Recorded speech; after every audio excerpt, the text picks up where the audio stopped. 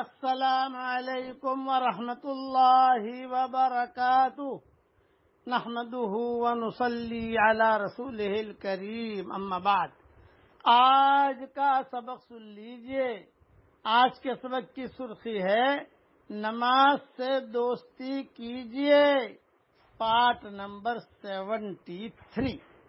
حضرت ابو سعید خدری رضی اللہ تعالیٰ عنہ سے روایت ہے کہ رسول اللہ صلی اللہ علیہ وسلم نے ارشاد فرمایا، کیا میں تمہیں ایسی چیز نہ بتلاؤں جس کے ذریعے اللہ تعالی گناہوں کو معاف فرماتے ہیں اور نیکیوں میں اضافہ فرماتے ہیں؟ صحابہ نے عرض کیا، یا رسول اللہ صلی اللہ علیہ وسلم ضرور ارشاد فرمائیں۔ فرمایا، طبیعت کی ناگواری کے باوجود مثلاً سردی کے موسم میں اچھی طرح وضو کرنا۔ دوسرا، مسجد کی طرف کثرت سے قدم اٹھانا۔ تیسرا، ایک نماز کے بعد دوسری نماز کے انتظار میں رہنا۔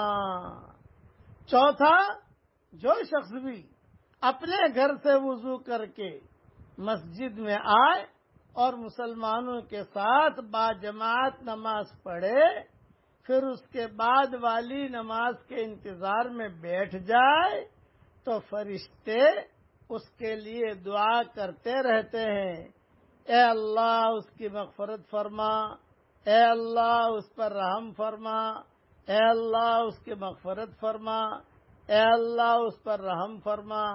یہ حدیث ابن حبان میں ہے۔ کتنی سہولت کی چیز ہے بھئی۔ عام طور سے آدمی سلف صالحین کا معمول تھا، عصر میں آ جاتے تھے تو اسی وضو سے مغرب بھی پڑھ لیتے تھے، اسی وضو سے عشاء بھی پڑھ لیتے تھے۔ چلو عصر میں مسجد نہیں پہنچ سکتے، یعنی کام ہے کچھ، تو مغرب میں آ جاوے اور مغرب کی نماز بھی پڑھ لے اور عشاء تک جو ہے بیٹھا رہے۔ وقت بہت مختصر ہوتا ہے، حرم شریف میں ہم دیکھتے رہتے ہیں، مغرب میں لوگ آ جاتے ہیں، مغرب بھی پڑھ لیتے ہیں، عشاء بھی پڑھ لیتے ہیں، پھر اپنے گھر چلے جاتے ہیں۔ فرشتے دعا کرتے رہتے ہیں، معصوم فرشتے، یہ ہمارے لیے دو دعائیں کرتے ہیں، اللہم اغفرہ وارحمہ، اللہم اغفر لہ، اللہم ارحمہ، اللہم اغفر لہ وارحمہ۔